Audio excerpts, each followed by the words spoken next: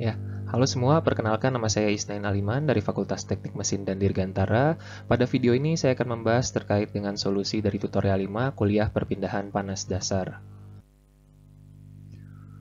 Pada tutorial kelima ini kita memiliki dua soal ya. Jadi yang pertama ini terkait dengan crush coal atau batu bara yang dihaluskan dan dia memiliki diameter yang artinya bentuknya itu adalah lingkaran ya, bukan lingkaran, maksudnya bola. Dan juga yang kedua ini adalah bola dengan diameter ya. Untuk kedua soal ini kita spesifik perpindahan panas terkait dengan bentuk bola. Nah, pada sesi video ini kita akan membahas kedua soal ini dan bagaimana cara untuk menghitungnya, dan kemudian bagaimana solusi yang ada pada kedua soal berikut. Kita lanjutkan ke soal nomor 1 terlebih dahulu.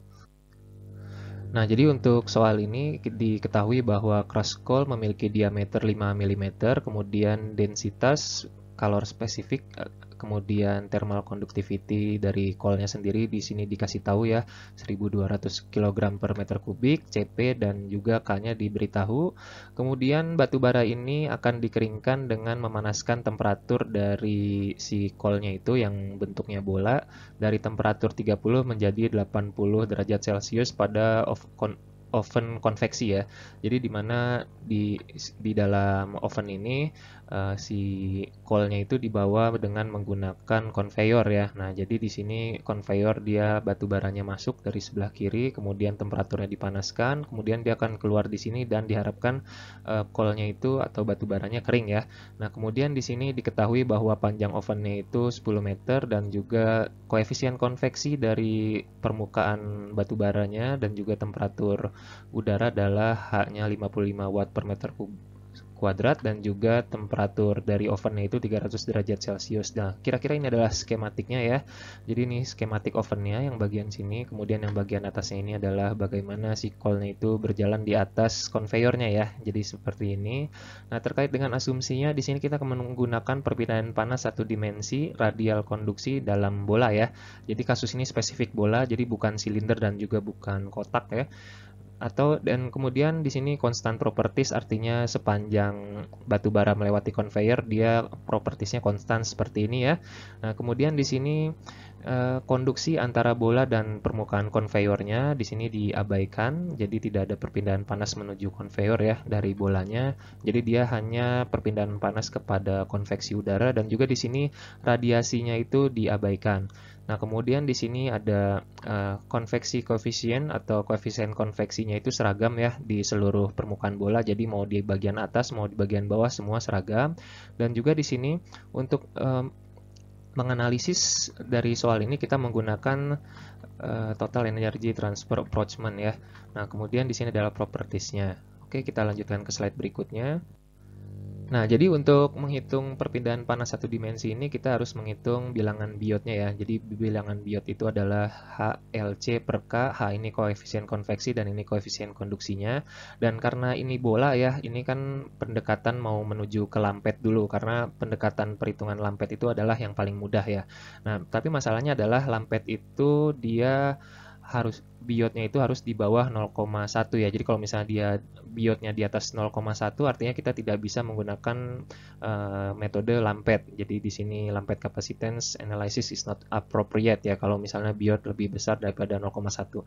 Nah, ternyata ketika kita hitung menggunakan biot HLC di sini menggunakan LC ya, dan kalau misalnya kita lihat di buku LC untuk bola itu adalah R0 dibagi 3. Nah, jadi di sini RO-nya dibagi 3 ya, di sini 2,5 bagi 3 kali 10 pangkat min 3 dan hasilnya biotnya adalah 0,115. Nah, artinya ini di sini kita tidak bisa menggunakan lampet ya. Nah, artinya kita menggunakan biot untuk solusi eksak ya. Nah, jadi kalau misalnya untuk biot solusi eksak di sini kita tidak pakai LC tapi menggunakan RO. Di sini biot adalah HRO dibagi K. Di sini kemudian kita masukkan bilangan koefisien konveksinya, konduksi dan juga diameternya dan kita dapatkan 0,344. Setelah kita mendapatkan bilangan biotnya, kemudian kita harus membuka tabel 5.1 ya. Di sini tabel 5.1 ini kita mencari berapakah nilai zeta dan juga C1-nya ya untuk ini untuk beberapa kasus di sini ada plane wall, infinite cylinder dan juga spare. Nah, karena kasus dari batu bara ini adalah spare, jadi kita menggunakan yang ini. Dan juga di sini kita melihat biotnya itu 0,344 ya. Nah, artinya 0,344 ini berada di antara 0,3 dan juga 0,4. Jadi kita akan menginterpolasi di bagian sini ya. Jadi interpolasi linear dan juga kemudian kita akan mendapatkan nilai zeta di antara 0,9 sampai 1,05. Nah, dari hasil interpolasi ini zetanya didapatkan 0,9788 ya. Dan juga untuk C1 ini kita mendapatkan 1,1004. Jadi di sini kita menggunakan interpolasi linear. Setelah kita mendapatkan nilai zeta 1 dan C1 di sini ya. Nah, kemudian kita harus menggunakan persamaan dari 553 di buku Incropera. Nah, di sini spesifik untuk perpindahan panas satu dimensi radial untuk permukaan bola, dan juga di sini ada theta 0 bintang ya. Apa ini theta 0 bintang? Di sini adalah theta min T inisial atau temperatur saat ini dikurangi temperatur infinite atau temperatur oven, dan juga di sini adalah temperatur inisial dikurangi temperatur infinite-nya. Jadi di sini kita akan mencari berapakah Fourier-nya ya, Fourier, nilai Fourier-nya ini, karena di sini dari bilangan Fourier ini di sini kita bisa mengetahui berapakah waktu yang dicapai untuk mendapatkan temperatur di bagian sisi sini. Nah, kemudian di sini ada ini ya. Jadi persyaratan dari persamaan 553 untuk perpindahan panas satu dimensi dari permukaan bola ini, dia syaratnya itu adalah bilangan Fourier-nya itu harus di atas 0,2. Nah, jadi di sini pastikan kalau misalnya kita mencari dari persamaan 553 ini, pastikan Fourier-nya itu di atas 0,2 ya. Nah, kemudian setelah kita masukin ini semuanya ya, kita pertama-tama memasukkan dulu theta 0 bintangnya berapa. Di sini 80 itu adalah temperatur akhirnya, kemudian ini 30 ini temperatur awal, artinya kita mendapatkan 0,815 ya. Nah, kemudian dari 0,815 ini kita masukkan di sini ya. Nah, di sini ada 0,815, kemudian C1-nya kita ambil 1,1004, masukin ke sini, dan juga Z-nya kita masukin. Nah, kemudian kita akan mencari nilai si Fourier-nya. Nah, kemudian ini kita kalau pakai kalkulator ya, kita pakai metode solve seperti itu. Nah, kemudian setelah di solving persamaan 553 ini, kita dapat nilai Fourier-nya itu 0,3133. Nah, di sini artinya kita bisa menggunakan persamaan 553 ini karena Fourier-nya itu kita mendapatkan nilai di atas 0,2. Nah, yaudah, kemudian kita mencari T-nya ya, karena Fourier itu adalah persamaannya dalam fungsi T, kemudian jari-jari dan juga alfa, di mana di sini alfa itu adalah conductivity thermal ya, atau K per rho Cp. Ini sudah diberitahu di bagian awalnya. Ya udah, kemudian kita masukkan semua dari alfa, R0 kuadrat dan juga T. Nah, di sini dapatkan hasil akhirnya itu adalah 14,1 detik. Jadi ini adalah hasilnya ya. Waktu yang diperlukan bola di dalam conveyor untuk mencapai temperatur 80 derajat. Oke, kira-kira ini adalah pembahasan dari soal nomor 1. Oh ya, terkait dengan slide sebelumnya ini belum selesai karena yang ditanyakan adalah kecepatan dari konveyornya. Berarti untuk mencari kecepatan konveyor kita tahu bahwa panjang konveyornya adalah 10 meter dan juga waktu untuk bola dari batu baranya itu sebesar 14,1 second, berarti tinggal 10 meter dibagi 14,1 yaitu kecepatan konveyornya artinya 0,709 meter per second ya. Untuk kasus nomor 2, di sini kita akan kembali lagi bersama kasus dari bola ya, perpindahan panas satu dimensi dengan bentuknya itu bola. Di sini bolanya itu memiliki diameter 35 mm ya, dan di mana awalnya dia dipanaskan hingga temperatur 400 derajat Celcius. Kemudian dia ditaruh di kolam ya, suatu kolam dengan udara pada temperatur 25 derajat Celcius setelah dikeluarkan dari oven ya. Jadi setelah 400 derajat tercapai, kemudian ditaruh di suatu tempat dengan ada udara mengalir ya sebesar 25 derajat Celcius. Nah, kemudian bolanya ini mengalami koefisien konveksi ya, mengalami perpindahan panas konveksi, dan koefisiennya ini sebesar 300 watt per meter square kali Kelvin ya.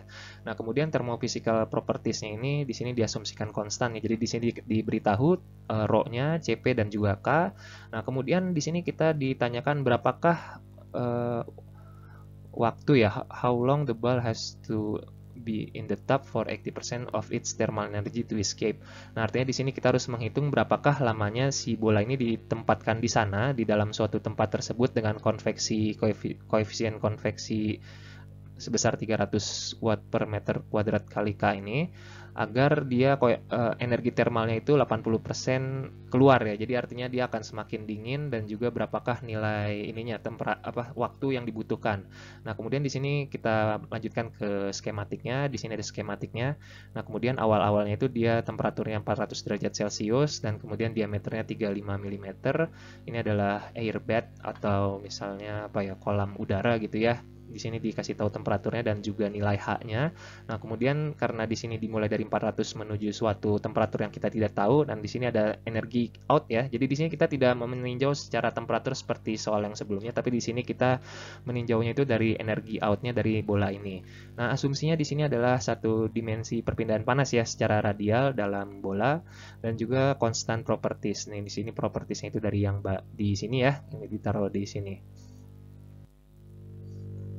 Nah, untuk menganalisis dari perpindahan panas konduksi satu dimensi dari ini ya, dari kasus yang barusan, ini kita meninjau dari persamaan 5,55 yaitu tentang fraction of thermal energy removed during the time interval delta T equal to T0 ya. Ini artinya perpindahan panas secara ini ya. Dan juga kita melihatnya dari fraksi termalnya. Kalau tadi kan fraksi termal itu 0,8 ya, artinya di sini Q per Q0 itu adalah 0,8. Nah, kemudian kita kan akan mencari berapakah waktunya. Nah, ini waktu ini terkait dengan bilangan Fourier-nya.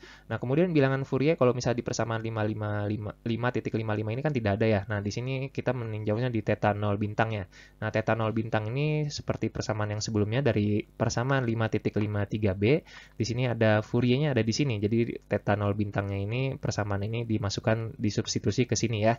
Nah, kemudian seperti biasa kita juga di sini ada bilangan ini ya zeta 1 dan juga C1. C1-nya di mana? Di sini nggak ada ya. C1-nya ada di sini. Ini kita menggunakan tabel seperti soal nomor 1 tadi ya. Nah, kemudian ya jadi analisisnya kira-kira seperti ini menggunakan kedua persamaan ini ya. Jadi di sini spesifik di bukunya total heat energy transfer. Nah, kemudian kita analisis pertama adalah Q per Q0-nya adalah 0,8. Benar ya tadi berapakah waktu yang dibutuhkan agar energi termalnya itu menghilang sebesar 0,8 ya. Nah, jadi oke, di sini Q per Q0-nya seperti ini. Nah, kemudian kita mencari Biot number-nya ya. Biot number-nya di sini bukan lampet ya, karena ini exact approximation. Nah, kemudian kita menggunakan HR0 per K. Jadi bukan yang seperti awal ya, bukan yang L dibagi 3 itu R0 per 3 ya, LC-nya. Nah, kita pakai yang ini. Nah, kemudian biotnya itu kita dapat masukkan H-nya 300, kemudian K-nya 15, dan juga nilai R0-nya ya. Jadi diameter dibagi 2 tadi. Nah, kemudian kita dapatkan 0,35. Nah, dari biot ini kita akan mencari berapakah nilai zeta 1 dan juga C1-nya. Nah, tadi kita sudah menghitung berapakah nilai biotnya. Nah, sekarang kita menggunakan tabel 5.1 ini, koefisien yang dibutuhkan dalam one term approximation ya. Jadi kita mencari zeta 1 dan juga C1-nya dari biot 0,35. Ya, seperti biasa kita cari dulu berapakah 0,35 ini ada di mana, yaitu di antara 0,3 dan juga 0,4. Nah, artinya kita akan, dan juga lihat di bentuknya apa, karena kita menggunakan bola, jadi yang bagian ini ya. Nah, kemudian kita interpolasi linear seperti biasa, dan yang pasti zeta 1 0,35 biotnya ini ada di antara sini ya, dan juga C1 ada di antara sini. Di interpolasi linear, kemudian kita mendapatkan nilai zeta 1 0,9867, ini ada di antara sini ya, dan juga C1 1,1022 ya. Oke, jadi kita sudah mendapatkan zeta 1 dan juga C1. Nah, ketika kita sudah mengetahui semua ininya ya, zeta 1, C1, kemudian ada theta per theta 0. Nah, kemudian kita menghitungnya ya. Jadi menghitungnya ini memang agak tricky ya. Jadi saran saya itu adalah Anda jangan ngeras langsung memasukkan semua persamaan ini kemudian di solve, karena kemungkinan akan ada banyak error ya. Jadi sebaiknya saran saya adalah karena ini persamaannya ini ya banyak, jadi dihitung dulu satu-satu. Di sini kan sin zeta 1 ini bisa dihitung dulu berapa ya. Kemudian zeta 1 cos zeta 1 juga bisa dihitung berapa. Nah, ini dihitung dulu langsung. Dan juga yang pasti ini kan ada zeta 1, kalau menggunakan kalkulator ini pastikan dalam bentuk radian ya, jangan degree ya, karena semua zeta 1 ini dalam bentuk radian, dikasih tahu di sini radian ya. Nah, kemudian ya udah, karena kita sudah mengetahui semuanya di sini kan ada ini ya. Kalau saya sih menghitungnya di sini mencari theta nolnya dulu. Nah, kalau persamaan ini itu adalah persamaan yang sebelumnya. Nah, kemudian 5.55 kemudian disubstitusi dengan persamaan 5.53 ini. Nah, emang jadi lebih panjang seperti ini, tapi kira-kira seperti itu ya. Kamu masukin dulu berapakah Z1 ini semua dimasukin, habis itu dihitung mendapatkan suatu konstanta, dan juga kemudian ini juga dihitung dulu 0,8, jangan dimasukin langsung. Nah, kemudian setelah ini juga 3 kali C1 ini dihitung dulu. Nah, kemudian akan menjadi persamaan singkat ya, dia akan menjadi persamaan singkat seperti kira-kira akan menjadi seperti ini lagi. Nah, kemudian kamu bisa solve menggunakan kalkulator atau misalnya menggunakan Excel ya. Nah, kemudian di sini kamu akan mendapatkan berapakah nilai theta 0 bintangnya. Jadi theta 0 bintang di sini saya mencari adalah 0,2207. Jadi saya menggunakan persamaan 5.55 tadi dulu, tidak disubstitusi seperti ini. Nah, kemudian setelah saya mendapatkan theta 0 bintang, di sini saya bisa mencari nilai Fourier-nya. Nah, setelah saya solve lagi untuk persamaan Fourier ini, saya mendapatkan nilai 1,65. Nah, jadi ini perhitungan cukup panjang dan juga akan banyak error ya, jadi mohon hati-hati. Nah, kemudian setelah kita mendapatkan Fourier, nah seperti biasa tadi Fourier itu dalam fungsi T dan juga R0 dan juga alfa ya. Nah, kemudian kita masukkan saja dan juga kita akan mendapatkan berapakah waktu yang dibutuhkan agar ini bola tadi kehilangan energi termalnya sebesar 80%. Jadi kira-kira hasilnya adalah sekitar 85,93 detik. Oke, cukup sekian pembahasan tutorial 5 dari kuliah perpindahan panas dasar. Jika Anda memiliki pertanyaan, Anda dapat berkomentar pada video ini, dan juga jangan lupa untuk tetap mendukung channel YouTube ini dengan cara subscribe dan juga memberikan kudos atau like pada video ini, dan juga dislike jika kamu tidak suka ya. Oke, sekian dari saya, sampai jumpa di pertemuan berikutnya.